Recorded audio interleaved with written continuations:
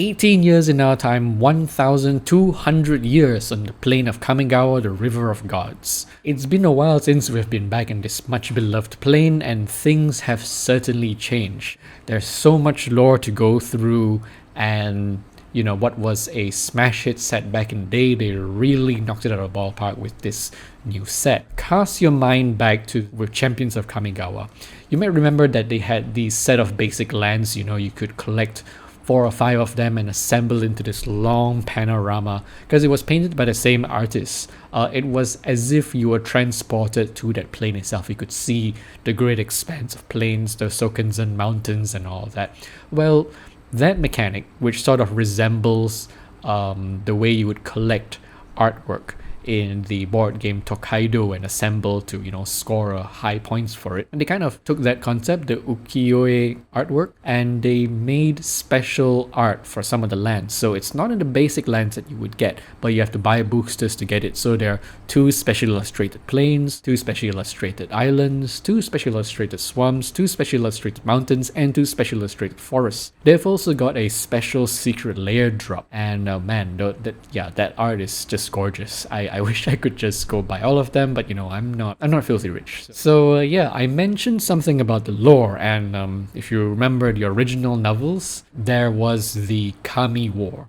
In recent years, Magic the Gathering has introduced something called the Saga cards. These are cards that tell a portion of Magic the Gathering's story in the form of card. You'll see a card called Fall of Lord Konda, wage war with old Kagachi, the vengeful Kami, to grab a piece of the spirit world to give himself extra powers that triggered all the spirits to fight the humans. We of course have a protagonist, Toshiro Umezawa, who through his escapades working together with the Empress Michiko Konda. I'm not going to spoil the whole thing, but they do succeed. Disc that was stolen from the spirit realm eventually turned into a new creature called Kyodai, the soul of Kamigawa. It's actually got a card of its own in the new Neon Dynasty card. Then there's Michiko's Reign of Truth, which tells how she ruled Kamigawa. Restoration of Eiganjo after the whole castle was destroyed during the Kami War, how it was rebuilt. And even the new card, Eiganjo Seat of Empire, has got this neon-y look to the palace, so you can contrast the old castle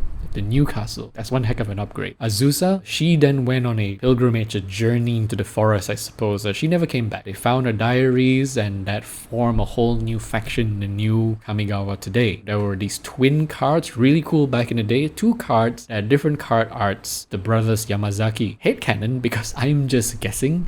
If you look at the card for Shattered States era, in the lore Kamigawa, you'll see that there are 2 characters, one white and one red. I'm guessing one of the brothers fought to bring the Shattered States together, and one of the other brothers disagreed with him. And we'll see their descendants in another pair of cards. Now the sisters Yamazaki, Norika Yamazaki and Heiko Yamazaki. 2 halves of a whole artwork, just like the original Yamazakis.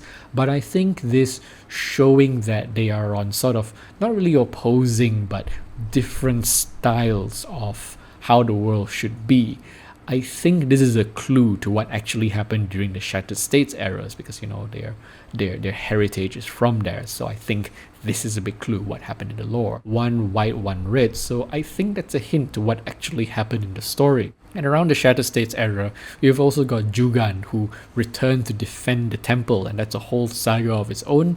It's a little different, the other dragons didn't seem to do very much compared to Jugan, so it has its own standalone card.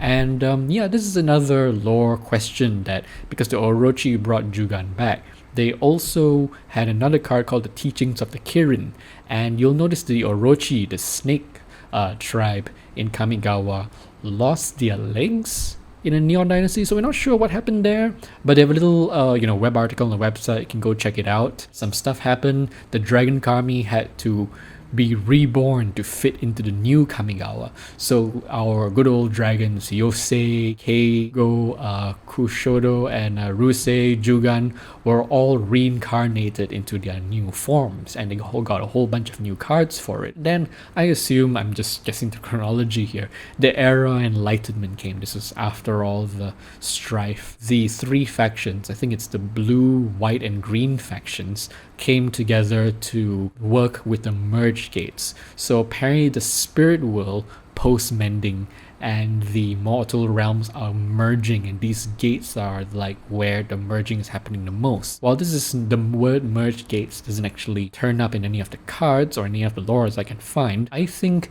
the cards that are the Go Shintai are actually the merge gates that they're referring to. So we'll see there's a series of 5 cards.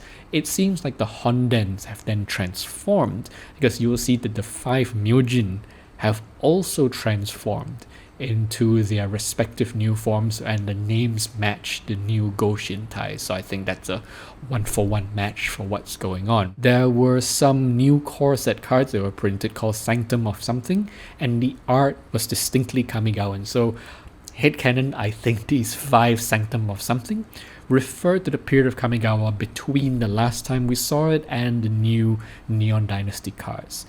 And then finally we get to the modern age. Shows that whole neon holographic cyberpunk futurist kind of look. And so yeah, that's a good illustration. Another saga we got around this futurist time is Boseiju Reaches Skyward. So if you remember the original card Boseiju who shelters all big tree, but not as big as it gets, Boseiju who endures, this is a tree that according to the lore was going to be overwhelmed by the skyscrapers around it, and it just went like nope, and it just kept growing higher and higher and higher, and the forest will never be overtaken by civilization. So that's Boseiju just growing taller and taller and taller. And talking about trees, in the original Kamigawa set, Champions and Betrayers of Kamigawa, they printed Kodama of the North Tree and Kodama of the South Tree, and then Kodama of the Center Tree. So you have kind of like a North, South, and Center, right? But then, a few years later, they printed a Kodama of the East Tree. This was before we returned to Kamigawa, by the way. And of course, if you have East, you must complete the set. There must be a West as well. So finally, complete the set, North, South, Center, East, West. Fantastic. So yeah, I can assemble the Kodama. I just wonder, you know, as the Vorthos in me, are we going to get a Kodama of the, for example, Northeast, Northwest, Southeast, Southwest? That would be pretty cool. We'll get a whole 9-part Kodama series, right? Kodama of all the trees. Maybe we'll get like a crazy combo thing in the future. Anyway, they have 2 commander decks. One is called Buckle Up and one is called Upgrades Unleashed. I feel, yes, they're trying to go for the cyberpunk theme, Neonscape, you know, call it what you want. Maybe the lore purist in me, you know, when I open up these decks, I've got a few here, and not all the cards in these decks are fully Kamigawan. I feel that there is a little bit of a missed opportunity, that they could have reprinted cards from the old Kamigawa or more generically named cards, and not, or maybe change the art or something, because it takes you a little bit out of that flavor when you've got some cards that are clearly from a different plane in these decks. Anyway, we've got 3 themes going through these decks, and it actually goes through both decks. The ruling elite, the idea of the overworld versus the underworld, and you've got augmentation. The ruling elite, which is a very typical thing in Cyberpunk. You have the haves and have-nots. In other games like Netrunner, you've got the runners and the corps. You've got a similar kind of thing going on, because if you look at most of the artifact creatures in this set, they're all very clearly from the city of Tawashi, which is, by the way, the new name of the capital of Kamigawa, and that's the city that has grown around Boseiju, right? All these robots look pretty clean, functional, kind of utilitarian, right? That also includes the Mech Titan core. I think it's more of a Megazord card. It assembles and builds a bigger mech, right? And then you've got literal mobile suit Gundams in this game. I mean, the art literally looks like Gundam. Some of them remind me of Pacific Rim, Darling in the Franxx type designs, but you've got 10 very clear Megacorp blue-white mechas. And of course, you've got a few cards that either reference or actual pilots. For a set that wants to debut the idea of pilots, why are there so few actual pilot cards being printed? All these mechas are built by the Saiba futurists. Saiba, right? Cyber. Okay. They have a whole saga to talk about it, the whole inventive iteration, the idea that you keep on upgrading one level at a time, and cumulative improvement. That's a whole concept in programming that exemplify this. Access Deny, Universal Surveillance, they are very clearly the megacorp of this world. And you've got the underground, right? So we see our good old friends, the Okiba gang, come back in the future as the Okiba Reckoners. Now, I wonder what the whole lore is with that, but the gangs are basically the Reckoners now. It's a very Yakuza kind of thing, I suppose. There's a bunch of cards that reference that. You've got a couple of mechas, all colorless, and a few cards that reference the returning, the salvaging of these mechas. So that's the Undercity, so the Overcity, which is the blue-white one, the Undercity, which is the red-black one. So they could have gone for that. We could have gotten 2 whole mecha theme decks with that. And you have a few robots which don't fit in with the whole Towashi theme, but maybe they work in other parts like, you know, the Sokenzan Mountains or deep in the forest and all that. A few more robots. And yeah, even some of them, spoilers, feel a little Mirren. I mean, there's Iron Apprentice. The keyword basically sounds like modular, so yeah. And yeah, it's just something to note that samurais and ninjas don't play a huge part in this. That as in, there are cards for them, but there are no pre-constructed decks. So I guess, you know, because we've done it before with Champions and Betrayers of Kamigawa, they're going to repeat the same theme. So they want to focus on the new with these pre-constructed decks, right? Then of course there's the other pre-constructed deck, which is built around the idea and what I call it splice to reconfigure. So they changed it. Remember in the original Kamigawa they had splice onto arcane, splice into other kinds of spells. Reconfigure is the new splicing. If the old Kamigawa was the convergence of Toshiro Umezawa's more complicated kanji magic, you know, the more kanji you write, the more powerful the spell is. That's the exemplification of splice into arcane. Reconfigure is the idea that these augmentations, you don't replace an arm like you would do in the grim, dark cyberpunk kind of thing, but in neopunk, you just kind of add more stuff to your body in terms of enchantments or artifacts. So I think there's a whole thing going on that they could have built a deck around nothing but reconfigure, and I think that's a pretty cool concept. You know, you could attach or reattach and turn it into standalone familiars or creatures. That's pretty cool. Reminds me a little bit of Phyrexian Living Weapon. Yeah, that's quite a bit of foreshadowing there. Modular living weapon.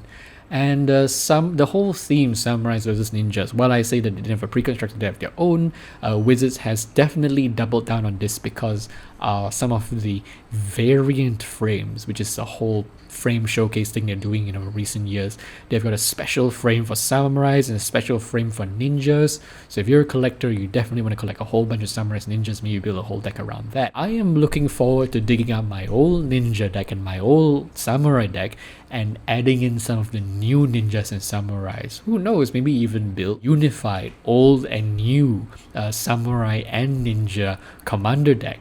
I think that would be something. Speaking of these special showcase treatment frames, you also have some cards printed, you know, Secret Lair Super Drop. You've got Ghostly Prison, Freed from the Real, Boseiju Shelters All, and Hall the Bandit Lord.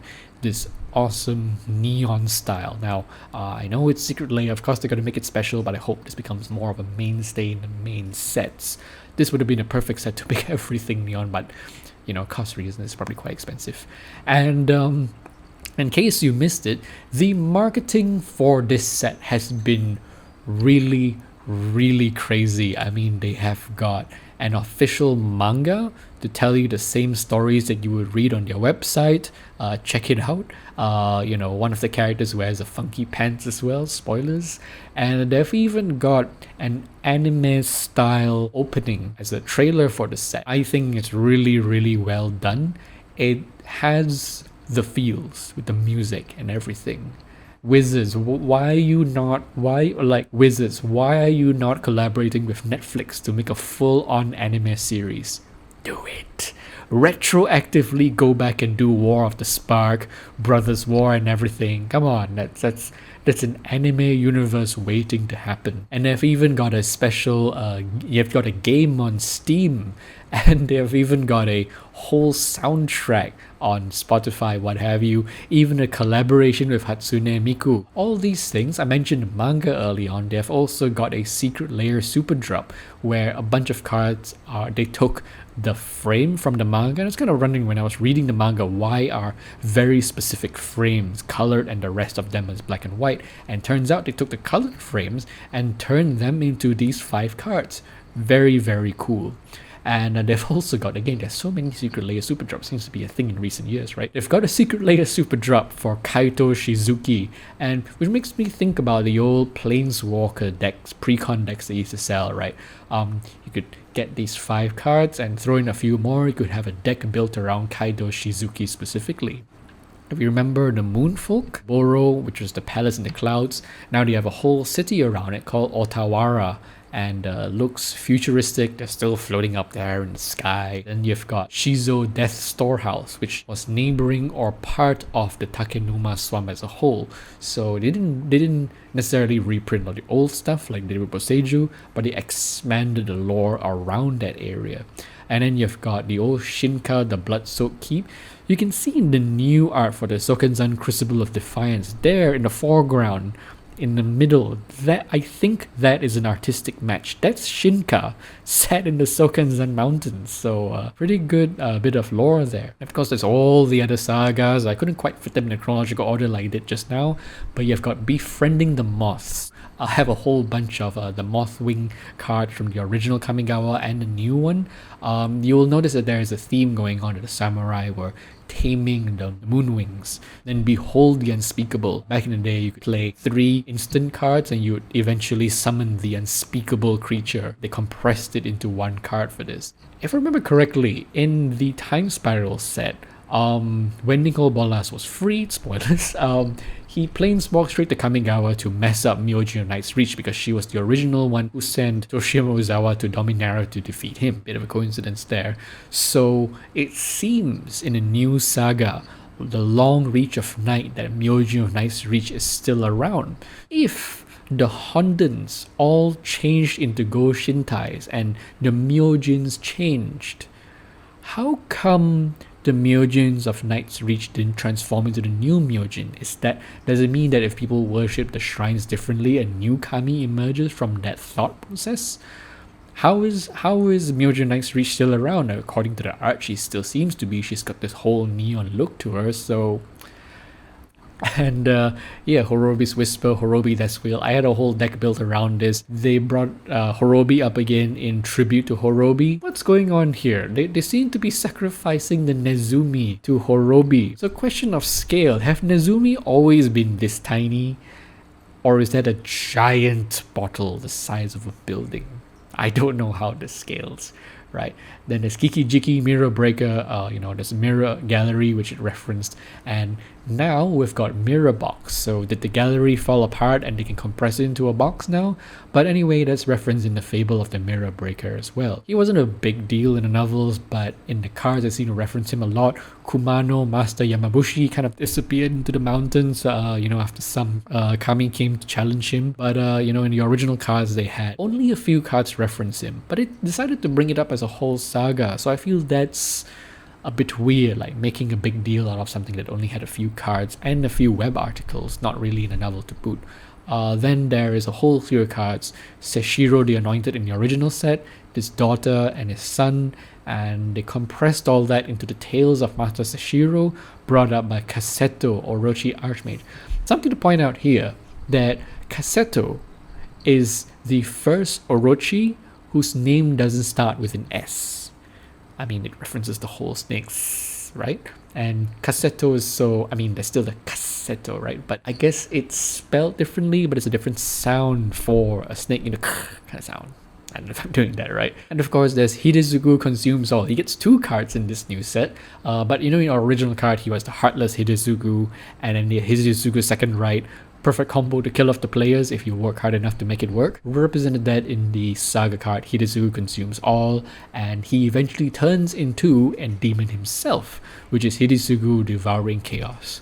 That's pretty cool, and that's the one card they have a special frame with so many neon prints to it. And of course, there's the Life of Toshiro Umezawa. If you remember, he had a card of his own, and way back in the history of Magic Gathering, way before we even got Kamigawa as a set, there was a card called Tetsuo Umezawa. So now in the new set, we've got 2 more, Satoru Umezawa and Tetsuko Umezawa. That means we have now got 4 members of the Umezawa family as cards. That's a whole... So if you want to follow the whole lore, there is the Umezawa clan. Might as well collect all of them and build a whole deck around it, isn't it? And yeah, it's spoiler time. Spoilers, spoilers, spoilers. So, hello, Planeswalkers. The Wanderer has been revealed to be the Wandering Emperor of Kamigawa. Her Planeswalker card has got way more features now, and I think the art looks way cooler. She's the one with the giant neon hat, and she's apparently got a stability planeswalking problem. She can't stick to one plane long enough. And then we have Tamiyo, right? There's a whole song of her in the soundtrack. She has somehow been completed. Yes, the Phyrexians are here. As I understood it, Planeswalkers couldn't really be completed. Even Karn was subdued, but he was never really completed. So it seems like Jin Gitaxias has gotten better at his job. He's actually been Planeswalked to Kamigawa. That's interesting. This is the second Praetor to have been spotted outside of New Phyrexia, RIP Mirrodin. But yeah, something's going on. Are we getting a really huge Phyrexian invasion like the war in Dominaria, right? Who knows? We just finished War of the Spark only a few years ago. The new big bad arc could be the Phyrexians. We still have the Eldrazi to deal with. So yeah, it's pretty interesting to see. Overall, from a lore standpoint, Magic the Gathering is focusing on its three big bad factions.